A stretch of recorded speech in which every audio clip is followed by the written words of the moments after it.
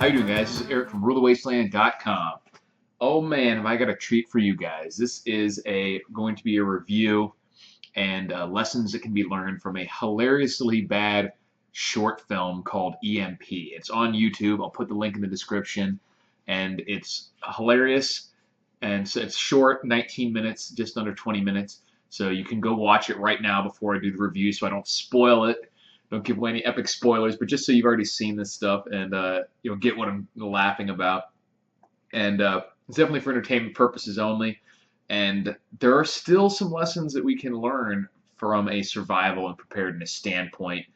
And even though this movie is pretty unrealistic with goofy acting and stuff like that, I don't even know if it's really unrealistic per se, except for things like dialogue and stuff like that. The scenario is obviously not completely unrealistic, and it's fairly zoomed in on this one particular very small group of people, so you don't get a sense of it, because it's a low budget short film. So no hate on the low budget projects for sure, but this one is definitely kind of goofy. So go ahead and watch that and then come back and I will go through the movie and explain the little few things that we can actually learn from a shit the fan kind of lessons from this movie, EMP. So this movie is about a couple, a guy and a woman, who are driving around aimlessly looking for a campsite. They don't know where they're going. She just says, like, how much longer do you want to keep driving? It's been 2 hours. And he's like, well, we need to find a campsite. Like, you just drive around in the woods hoping to come across a campsite, which is hilarious. And throughout the whole movie, this guy is like a pathetic simp, total soy boy. And the woman is like an overbearing ball buster, anti-weapon, vegetarian or whatever. I don't know what else. Some super feminist, and it's hilarious. But they're driving along, the EMP happens, and so the car basically dies. So they stop and open the car. They realize the car has just died. He opens the hood and goes, I don't even know what I'm looking at. And the woman's like, should we worry? If someone ever asks you if they should worry, you might as well say no. It's not like they're going to listen. Your body doesn't just respond to whether you decide to be worried or not. But in case it does, you might as well say no. But obviously any sort of prepared individual should not be worried in a situation like that, because they'd have multiple ways to deal with any number of situations that could have caused that, from a simple dead car, battery, whatever, alternator went out, all the way up to an EMP event. You should have some sort of supplies and know exactly what to do in every possible situation, or at least be able to figure it out pretty quick without freaking out. So they realize that their phones are also dead. At this point, they don't put that together. They think their phones somehow just both died, which is possible. Like, at that point, I might not be completely freaking out just yet, but I would be very suspicious, especially if I knew my phone hadn't, been out of battery yet. And at that point, I would probably try to find any other electronic devices in the car that I could check to see were possibly operating. It's very unusual for a car to completely die to where none of the dash lights or anything will work. It can happen, but that's uncommon. And for that to coincide with your cell phones both being gone, I would be highly suspicious of some kind of EMP or like CME event at that point. So at this point, the guy starts whining, like, oh, we gotta get home. And the girl has to reassure him. And then they end up waiting in the car, trying, hoping that someone will come by. Which at that point, given their situation, obviously you hope to be a little more prepared at that point, to have some sort of skills with fixing a vehicle or some sort of ability to walk out. But, if you realize you are stuck there and you can't get signal on your phone, you might want to wait and see if anyone drives by, at least for a little while, depending on how far you are from any sort of, gas station or telephone. Because if you don't think that there's something major like an EMP event, then you just really do need to find some way to contact somebody, hoping somebody comes by with a cell phone. While not ideal, it probably is your best bet at that point. So they spend the night in the car, and then it cuts to this like veteran type guy who has a obviously fake gun that he puts in his back pocket, gets out of his car and walks off in the woods to go take a piss. And then he hears them walking up, and they start like messing with his car, which is strange. You'd think that in this situation you would at least yell around like, hey, is anybody here or something? But they immediately kind of just start messing with his car. So then he jumps out at them and, and it's like, wait, what's going on here? And, they eventually, everything calms down. The funny thing is, once he pulls the gun on him, they're like, you can come with us if you want. We're just trying to get help. If you came across someone and they pulled a gun on you, I don't think the first instinct would be to invite them to come with you. You'd just be like, hey, don't worry about it, we're leaving. And the funniest thing about this is the whole time, the man, is literally like cowering behind his girlfriend while the guy is pointing the gun at them, which is hilarious and pathetic and probably all too true of what would happen in today's random couple getting stranded. So the veteran guy does end up following them. They have their camping gear, so they have backpacks, which is good in this scenario. Obviously, they wouldn't normally have that stuff with them, but if they're in that situation, they're lucky that they do have some camping gear. So the guy ends up following them, and they come across the next house. They get to the door, and they knock, and the guy comes to the door, basically confirms that it is a widespread event, that nobody has power, and he kind of dismisses them rudely, and they end up getting into some sort of argument with some really superb acting with the veteran character, and you get to see a sweet judo throw when the soy boy gets taken down once again, taken down a notch. So at this point, the woman asks the military guy, "How do you know this? His power was going to be out too?"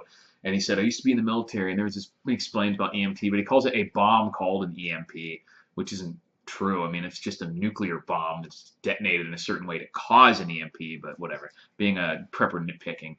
So he explains basically what's going on, and they're starting to realize how serious it is. So at this point, if you were in that situation, I mean, you would be lucky you'd have your camping gear, but the only thing you could really do is try to, as quickly as possible, get to somewhere where you could stock up on some more resources before everything got crazy. You might have a few days before, in certain rural areas, before everything got totally stripped and people realized really how bad things were. I would guess not even that long, but you still don't have any other option at that point. You just got to if you have enough camping equipment, you could try to do some backcountry camping, live off the land type stuff while you try to get back to your main location. If your main location even has more supplies, which it should if you're a prepper. But if not, then you're going to have to try and find some place as close as possible to stock up before everything is totally gone. So they find a house that appears to be another house that appears to be abandoned. There's a pile of mail on the door and whatnot. And at this point, your life may depend on trying to get as much resources as you can wherever you can. So they do end up breaking into the house with this guy. They look around, they maybe get a little bit of resources and stuff, and they decide to spend the night there. And the guy foolishly gives away that they do have some, food and stuff with them, which is not smart. You don't know this guy that you're with at all. He has a gun, you don't. Not that he would need it to take out this guy's soy ass, but it makes it even worse. So then they just plop on the bed and go to sleep. And sure enough, in the morning, they wake up and their bags are gone, which they're lucky that it was someone who just wanted the resources and didn't decide to do anything else or kill them and just took their stuff. But obviously, it's pretty stupid to just completely drop your guard with a stranger like that who is armed and you're not. And there's more movie-making magic to where the guy basically wakes up in the morning, wakes up his girlfriend just to tell her he's going to the bathroom. He's like, "Hey, wake up. I'm going to go to the bathroom." If someone woke me up to tell me they're going to go to the bathroom, I'd be like, in a house, I'd be like, "What the hell's your problem?" Now, if you were out in the woods or something and you wanted, and it had a shit hit the fan scenario like this, and you wanted someone to cover your ass, that would be a slightly different story. But you're literally walking into the bathroom that's attached to that room. I don't think you need to wake them up, but whatever. So they realize all their supplies are gone, and they decide to search the house, more. Presumably they already did it last night, I guess, if they were smart. But they decide to search the house for more supplies. And this is really probably the most hilarious scene in the movie, or one of them, where they go outside and there's like a shed, and while she's trying to open it, he finds this machete just like stuck in the ground, which is weird. And he pulls it out, and she's like, "Put that back!" And he's like, "We might need it to survive." And she's like, "Not with that. You know how I feel about weapons." And unfortunately, just like the guy's complete lack of testicular fortitude, this might not be an unrealistic reaction from some people today. And you see goofy stuff like that crop up in these movies, like with Trigger Effect, where Elizabeth Shue's character throws the gun into the pool in the midst of a huge shit hit the fan event. You just cannot tolerate that kind of weakness and complete disregard for the safety of your family and your group. You have to nip that stuff in the bud really quick, so can't tolerate that kind of behavior. But he does whine enough that she lets him take the machete with them, and so he has it at this point, from now on. So they leave the house with basically no supplies, no gear of any kind except the machete, which is, even though the guy stole they're packed. There's still plenty of stuff, even if there's no food. They open the cupboards. It shows some things. It shows some Ziplocs. You can take some of that. There's definitely stuff to be had there. And there's probably some water in the water heater tank that you could fill some sort of container with. Different things like that. You could use the plastic to create a solar still, or put the bag over a branch and collect some condensation that way. So there's all sorts of resources that you could still get out of a house, even your just average suburban house, that would help you survive, because they only have a machete and the clothes on their back. So a lot of things would be useful at that point. Even if you had to fill just a pillowcase with it and make a hobo bindle, you definitely wouldn't want to leave there completely empty-handed. Even if just taking some blankets or something, they literally took like nothing with them, which was completely foolish.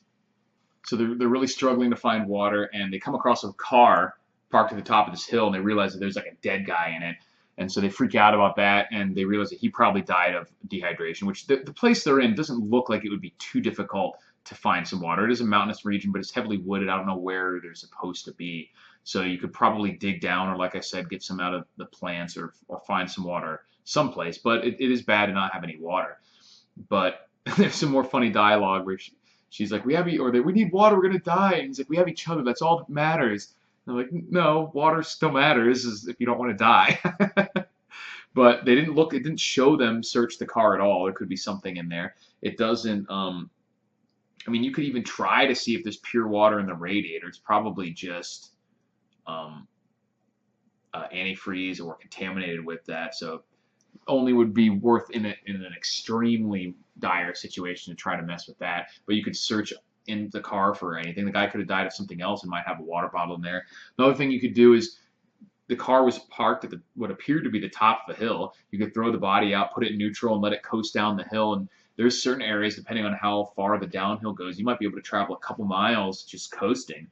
And if it's a stick shift, depending on how bad the EMP actually fried the vehicle and how simple the engine is, you might be able to pop the clutch when it's moving and kickstart the engine that way and still get the engine to start, depending on how it operates, what type of engine it is, etc. I'm not sure exactly what would be the result of that would be if the engine was killed by an EMP, if the electrical components were killed by an EMP. Depends on what actually got fried. But it's at least worth a shot, I guess, and if not, you just ditch the vehicle and leave it where it was anyway.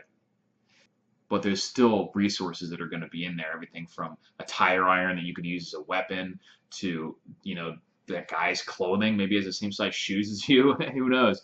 And he might have a knife on him. He might have, you got to look at least. You got to treat everything like a resource if there's a major hit the fan event like that, because everything would be a resource. Everything would have a specific things that you could do with it, especially if you're creative.